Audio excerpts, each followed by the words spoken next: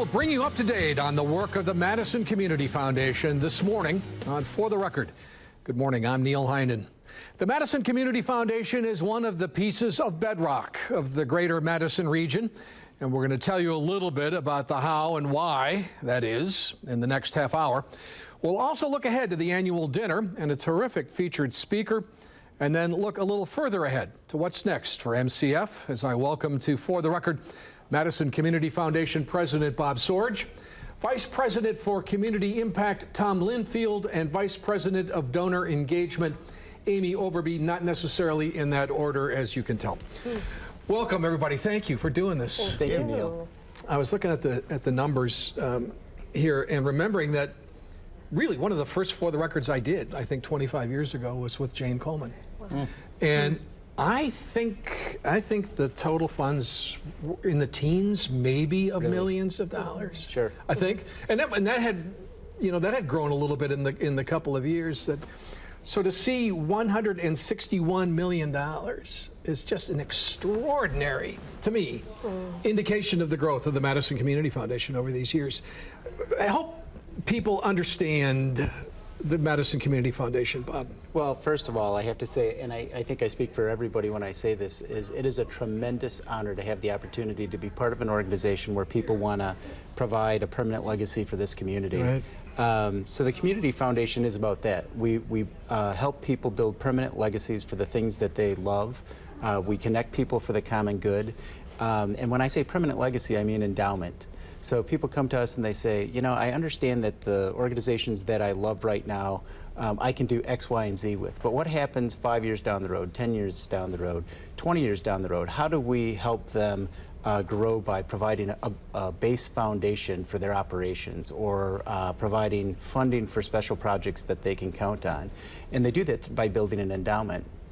We invest the endowment, and people are able to access the earnings on those funds as they move forward. It is, and of course I was on the other side of this when I was at the Chamber Orchestra. Sure, and the Chamber Orchestra is a good example. Yep. But so that legacy piece is really important. But just as people think about this in the context of other foundations in the community, other philanthropic groups in the community, what's the role of a community foundation in that whole ecosystem?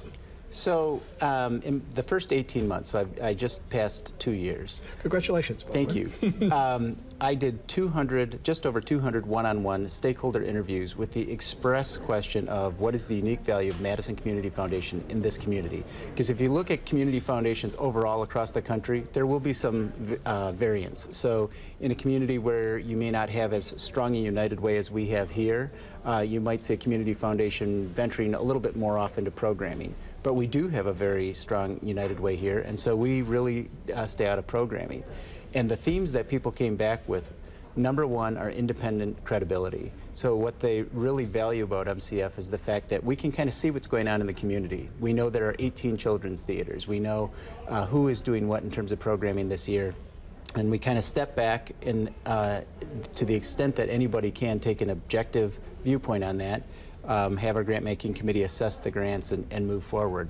We don't have programming ourselves, so we don't sort of favor our program over here. So the independent credibility is big. The knowledge of the community, very big. So not only is that something that they celebrate the Community Foundation for, but it's also an expectation that they put on us. And they say, look, we need to be able to go somewhere where there's a broad and deep knowledge of what's happening in the nonprofit community. So you've got independent credibility, knowledge of the community, permanence, you know, multi-generational philanthropy, knowing that their gifts will be here supporting the community they love, generations in the future, is big. And then the other two of the top five were expertise in philanthropy, so we understand the various charitable giving vehicles and can help people through that process, whether it's something as easy as cashing a check or as difficult as closely held stock or things of that nature. Sure. And then this might be obvious, but connecting people for the common good. So this is what I care about. Tell me who's doing good work in this area and how I can help them. Yeah. So Amy, who gives? Who gives? Oh, you know, so many different kinds of people. In our work, I always say that we help people to do the charity that's most important to them. So often people come to us at certain points in their life. We've noticed that. So they're looking at retirement, they've sold a business, they're looking at some other, perhaps it's training or educating their grandchildren about charitable giving. And they come to us and say, and our first question is always, what do you care about? What do you want to do?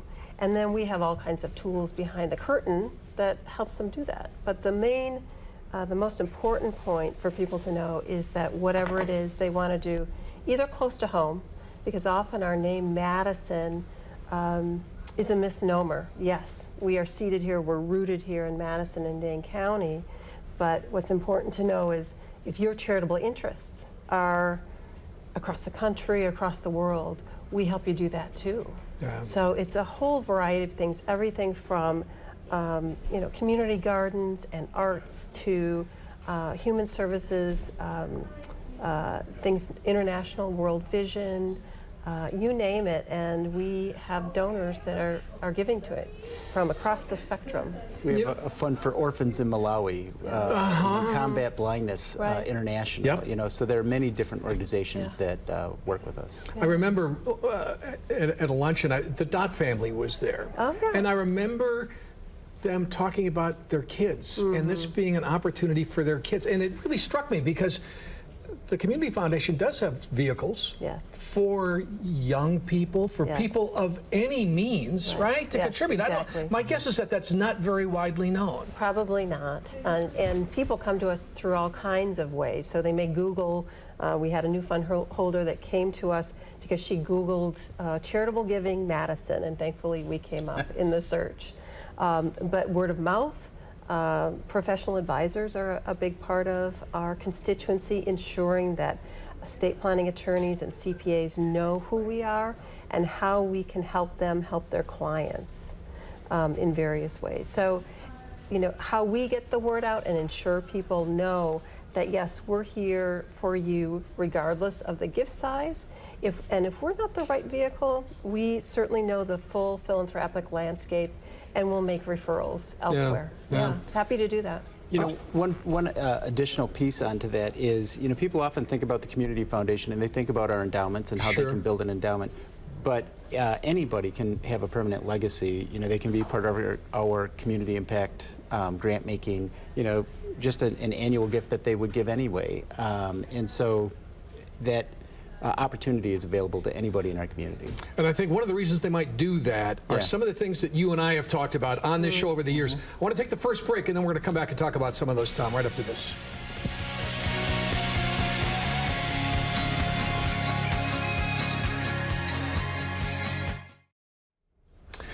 We're just about 2 weeks out from the annual dinner for the Madison Community Foundation. We're going to tell you about that a little bit in a minute, but I'm continuing my conversation with Madison Community Foundation President Bob Sorge, Vice President for Donor Engagement Amy Overby, and Vice President for Community Impact Tom Linfield. And we were talking about community impact and a lot of the things that you've been so involved in. Give us some examples of what community impact is and how that's an entry point for people, Tom. Certainly. Well, I tend to think of us as generalists. So as Amy was saying before, we can work with anybody. Whatever your interest is, we'll work with you. And the same thing really happens with the nonprofit community. So we work with a lot of nonprofits. Some come to us, some we convene, we talk to them, and we fund in a wide variety of areas several $1 million a year of competitive grant making. But we also help so many organizations that won't necessarily get funding from us, but we give them counsel. So not a week goes by they don't have somebody calling saying, I'm interested in doing a capital campaign. And whether or not they fit what we do, we're happy to meet, counsel them. So in addition to the grant making, we give a lot of advice. We meet with people for strategic planning. We do presentations and capacity building. That sounds like an invitation, Tom. Yes, yes. I mean, really, it is, right? Well, I think of us as a resource. I mean, I always wish we had 4 times as much money, but we give 4 times as much counsel, I suppose. In terms of the grants we've been giving, just looking back at the last decade, we've given about $15 million in competitive grants, and it runs the gamut from affordable housing to tutoring program to entrepreneurial programs. A third of the money is for capital campaigns. If you walk around the city of Madison or the county of Dane, there's rarely a public building that you'll go to that won't have the Madison Community Foundation name on it as part of that. So we're really interested in building communities. Is that a mix, Tom, of donor-advised funds and what's the proper term for the Community Community community impact impact? grants? Yeah. Yes, you see that. So of approximately $10 million a year goes out from the Community Foundation. Close to 2 of that is some kind of competitive grant making, but over $8 million each year is from donor advised funds and from the nonprofit agencies that hold their funds with us. So over 300 nonprofit agencies actually hold their endowments at the Community Foundation. I think that's one of the things that people often don't understand about the Community Foundation. They know our community impact grants, and we're delighted that they know that. But when you look at those in the scheme of the distributions made by the Community Foundation on an annual basis, we give out together with our donors, and that's a line that I want to underline, about $10 million a year. Another thing people probably would recognize that doesn't get a lot of attention is the board. It has, in my estimation, always been one of the most remarkable boards in the community. The people who serve on it and their role in helping form the strategic vision for the foundation is pretty important. So we just, after we went through the stakeholder interviews, we used that information as part of the information we gathered for a strategic planning process. And our board ran that process, I believe, from August through June of last year. And Neil, one of the greatest opportunities to be part of the Community Foundation is to work with the caliber of board members that we have. I mean, just people that have been in our community for years, that understand not only who we are, but what the community needs. They bring a variety of perspectives to the table. We had terrific discussions, and we're delighted to have their fingerprints on the Community Foundation as we move forward. As best I remember, it was during the downturn of about 6 years ago that the Community Foundation really did kind of an abrupt shift and started looking at community impact more strategically than I think perhaps it has in the past. But it seems as if that nimbleness remains, and I'm tying it now to some of the race to equity stuff that's come up. Make that connection for us. Well, I think that, much to Tom's credit and prior boards and Kathleen White, who preceded me as president, we really look at what is important in our community today. So we have moved to a proactive model. Part of our grant making, we still have the competitive process, but the proactive process allows us to kind of go out into the community and to seek opportunities where we can bridge a gap or bring some value to the table. So, for example, when Justified Anger came to the Community Foundation and said, this is what we want to do. We don't have an organization in place today to give you all the facts and figures as to how this is going to move forward, but what we do know is we're going to bring people of color to the table to set the agenda for dealing with race inequities. And we said, we get it, we want to support that. And we look forward a year from now as to what that report will say, and understanding that it'll be led by a population who is most affected by the outcomes. Yep. And so we're honored to have had the opportunity to be part of that together with some of the other funders that were in that. Same thing with the Madison Metropolitan School District. We just, Tom and I spent, I think, about 18 months working with the school district on tell us where we can bring value. And they said, look, we have over 100 partners that kind of come in from the sides, well-intentioned, but they might be working with this teacher over here or that department over there. We may not even know it.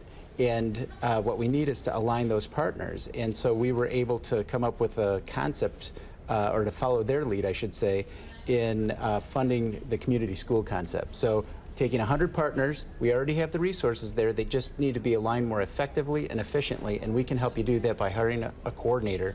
And then we need to take those services and put them in a place where they're easily accessible to the people that need them most.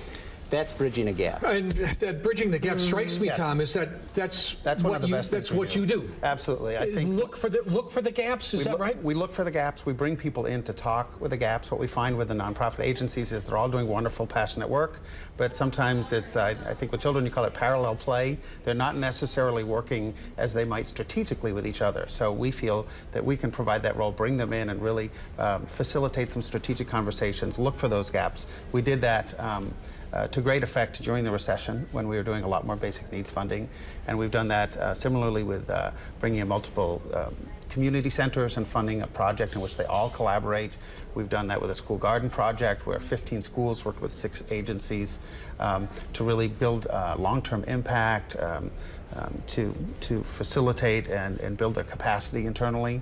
So there's a lot more than just funding a specific program, and I think we're often looking at how can we in the short term fund something that will strengthen the organization and its impact in the long term. You know, Amy, I'm remembering after the Race to Equity report and a number of shows that I did, the most frequent question I got was, what can I do? I mean, specifically, Neil, what can I do? And it seems to me that this is where a donor would come in, and it's not always all about money, but in some cases, it's what can I do to have an impact here?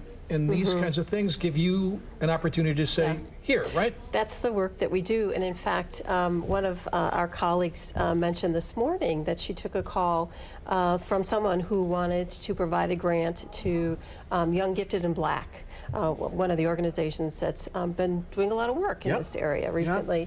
And we are not officially connected with that group, but through, of course, our intranet, we're able to connect this donor with the organization that is acting as the fiscal agent.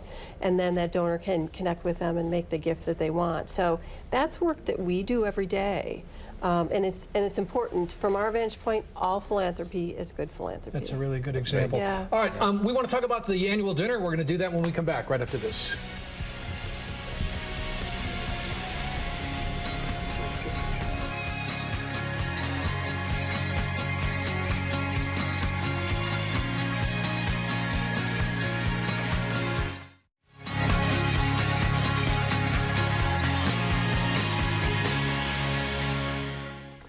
I'm with Bob Sorge, Amy Overby, and Tom Linfield from the Madison Community Foundation, and the annual dinner is coming up. It's amazing to me that it's been a year since Dan Rather was here. But talk about the dinner. There are still some tickets available, I trust. Yep, for the dinner, although we're getting a little tighter on the dinner and the talk. So at 3 o'clock, Cheryl Wu Dunn will be interviewed by David Marinus, and that is at Monona Terrace. And the subject of that is really going to be Cheryl's life as a journalist and an author and a investment banker.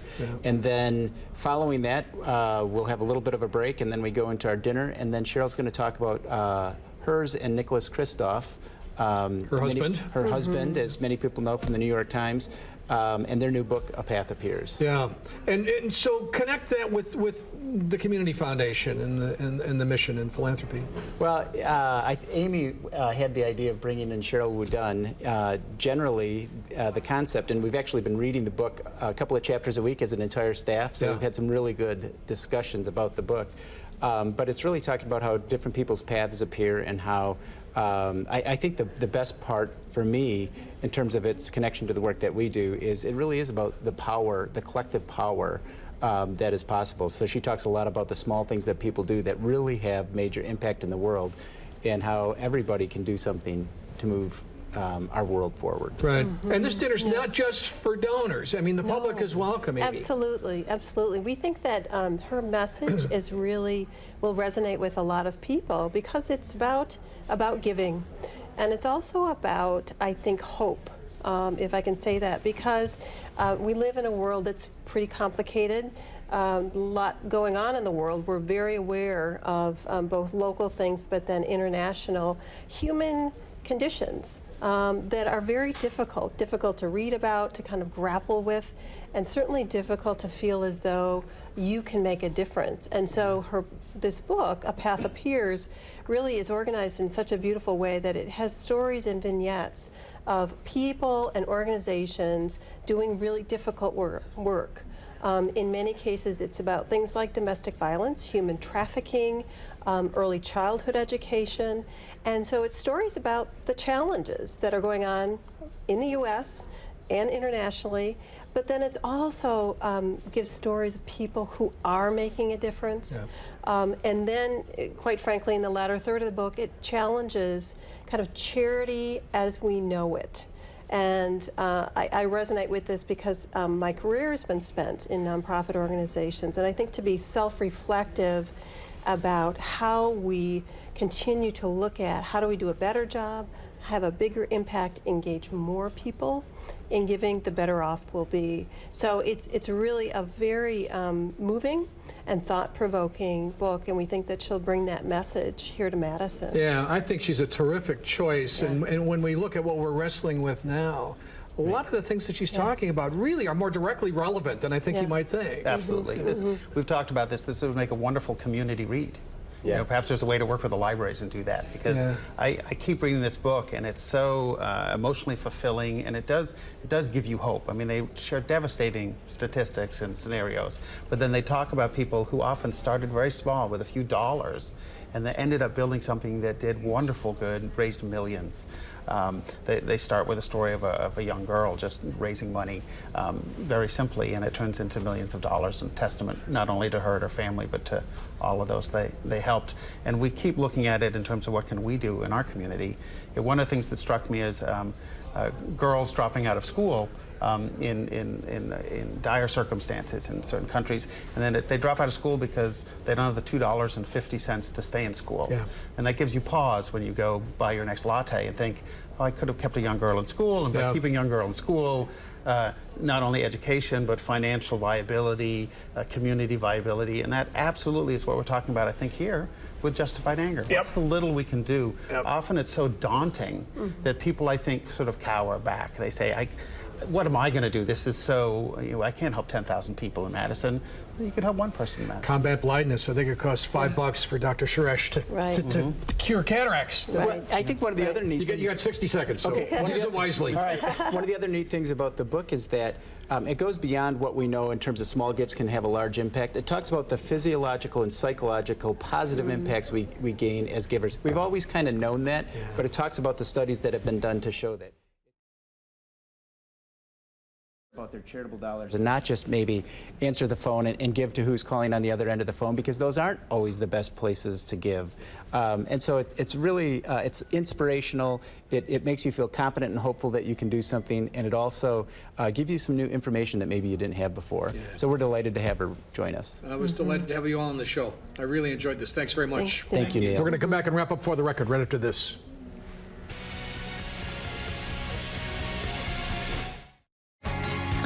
The annual dinner is June 16th. You can get more information on the Madison Community Foundation website. And my thanks to everybody for joining us. We'll see you next Sunday on For the Record.